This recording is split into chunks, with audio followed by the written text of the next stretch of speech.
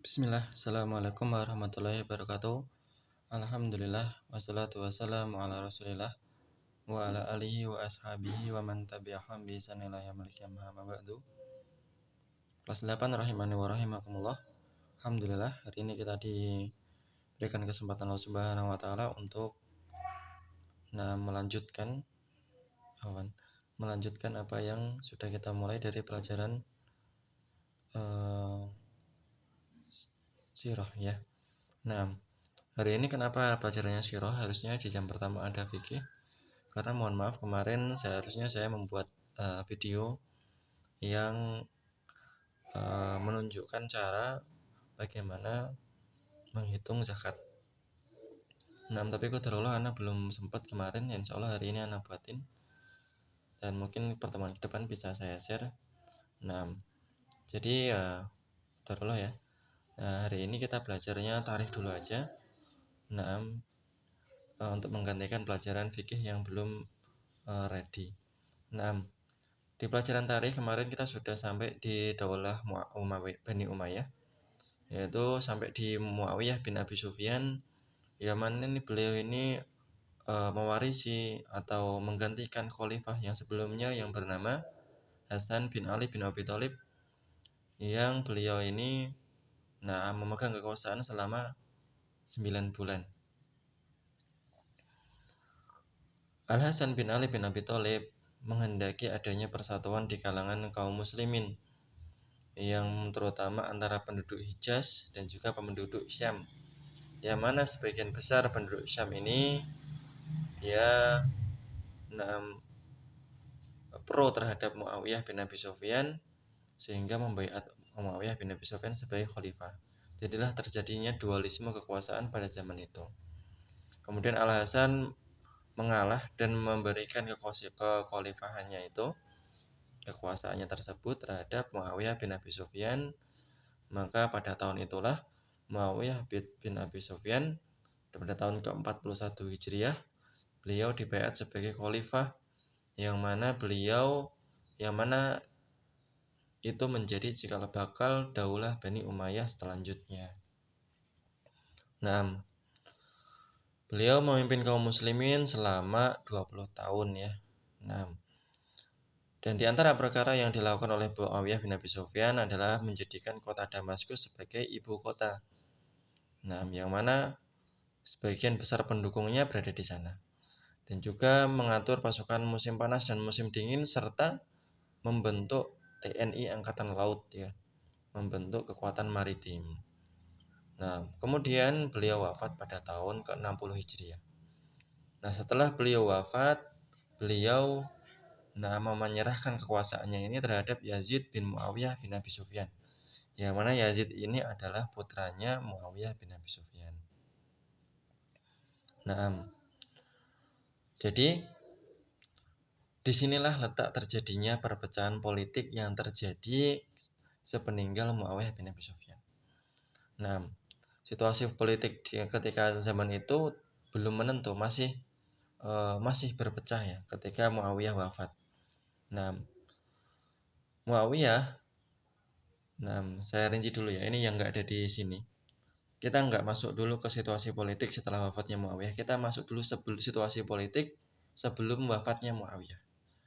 Ketika Muawiyah mendekati akhir jabatannya, mendekati masa tuanya, Muawiyah tidak ingin terjadi perpecahan lagi di antara kaum muslimin. Nah, tidak ingin terjadi perpecahan di antara kaum muslimin. Nah, maka dari itu Muawiyah menginginkan memerintahkan seluruh masyarakat kaum muslimin itu membaiat anaknya ketika Muawiyah masih hidup. Ketika Muawiyah masih hidup, beliau sudah memerintahkan, ketika saya meninggal, maka baiatlah anakku ini yang bernama Yazid sebagai khalifah. Nah, ini poin pertama yang menjadikan situasi politik ini menjadi memanas. Karena menuliskan wasiat ketika menjadi khalifah itu tidak pernah dilakukan oleh para khulafa ur-rasyidin sebelumnya. Yang mana kita tahu mereka memilih khalifah adalah sepeninggal khalifah tersebut dengan musyawarah dari ahlu syura. Nah, sebagaimana diangkatnya Abu Bakar melalui sahabat-sahabat senior bermusyawarah, siapa nih yang berhak di antara kita. Nah, kemudian eh, seperti itu sama sampai ke Hasan, kemudian Yazid, kemudian Muawiyah melakukan hal yang berbeda. Maka ini dipandang sebagian sahabat yang masih hidup pada saat itu, Muawiyah ini menyelisih sunnahnya para khulafaur rasyidin. Nah, itu hal yang pertama. Kemudian yang kedua, Muawiyah mewariskan, ya, yang mewariskan. Nah, ini juga ditentang oleh para ulama yang masih hidup pada zaman itu, yaitu para sahabat yang masih hidup, bahwasanya khulafaur rasyidin dulu tidak pernah memberikan mandat khalifah itu kepada anaknya, mewariskan, tidak pernah. Maka Muawiyah ini membuat hal yang baru, yaitu mewariskan kekuasaan. Dan nanti semenjak zaman itulah Bani Umayyah, kenapa kok dia sampai lama sekali berkuasa? Karena kekuasaannya itu diwariskan terus turun menurun. Nah, turun temurun diwariskan terus. Nah, tidak ada lagi seperti pemilihan khalifah pada zamannya Khalifah Rasyidin, yang mana berbeda-beda nasabnya, tidak sama anaknya itu enggak. Kecuali yang Hasan kemarin ya. Tapi itu pun Ali tidak mengangkat Hasan sebagai khalifah, tapi rakyatnya yang mengangkat Hasan. Nah, kemudian yang ketiga, banyak orang yang lebih afdol yang seharusnya menjadi khalifah sepeninggal Muawiyah bin Abi Sufyan. Nah, banyak yang lebih afdol dan tentu saja lebih berhak daripada Yazid bin Muawiyah bin Abi Sufyan. Di antaranya mereka adalah yang paling gencar disuarakan pada saat itu adalah dua orang. Yang pertama adalah saudaranya Hasan, yaitu Husain bin Ali bin Abi Thalib, yang mana ini nasabnya lebih dekat terhadap Rasulullah SAW, dan beliau juga lebih berhak, lebih berilmu daripada Yazid bin Muawiyah. Kemudian yang kedua adalah Abdullah bin Zubair. Nah, Abdullah bin Zubair ini bapaknya namanya Zubair bin Awam. 10 orang yang dijamin masuk surga oleh Rasulullah SAW.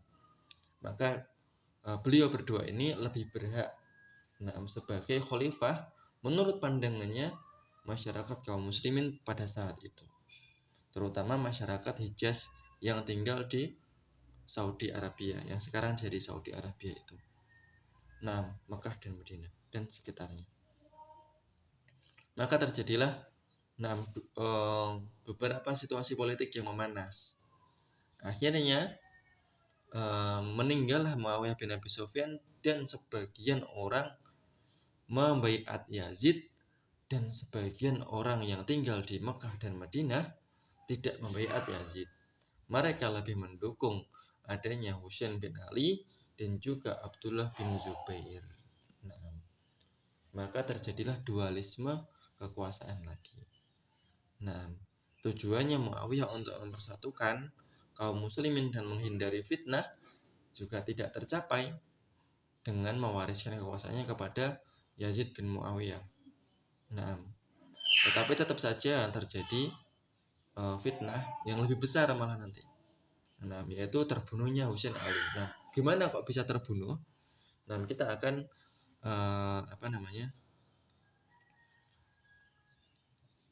secara global dulu ya. Nanti insya Allah ini akan saya terangkan lebih rinci. Yang pertama, situasi setelah meninggal wafatnya Muawiyah ini meninggal, Yazid menjadi khalifah. Maka Husain bin Ali dan Abdullah bin Zubair dan penduduk radhiyallahu anhum, ini yang mereka berdua ini tinggal di Mekah ya, tinggal di Madinah dan di Mekah.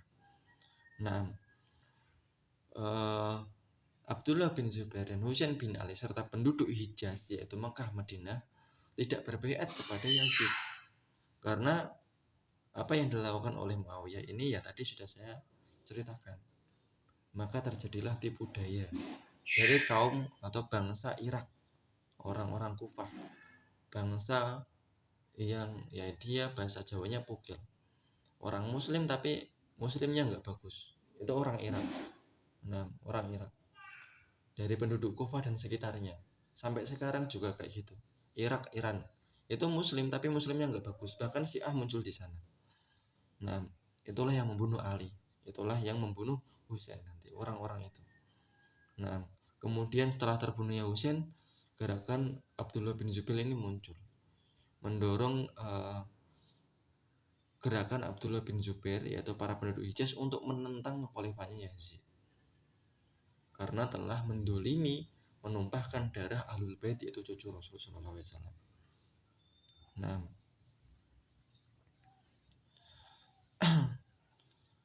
ini nanti akan saya terangkan lebih lanjut insya Allah ta'ala. Nanti kalau sampai video aja ya, sampai pakai video yang ada papan tulisnya bisa saya gambarin. Nah, saya kira ini dulu ya dari saya. Memang agak nanggung, tapi ini perlu penjelasan yang lebih rinci. Nah, aku qouli hadza. Assalamualaikum warahmatullahi wabarakatuh.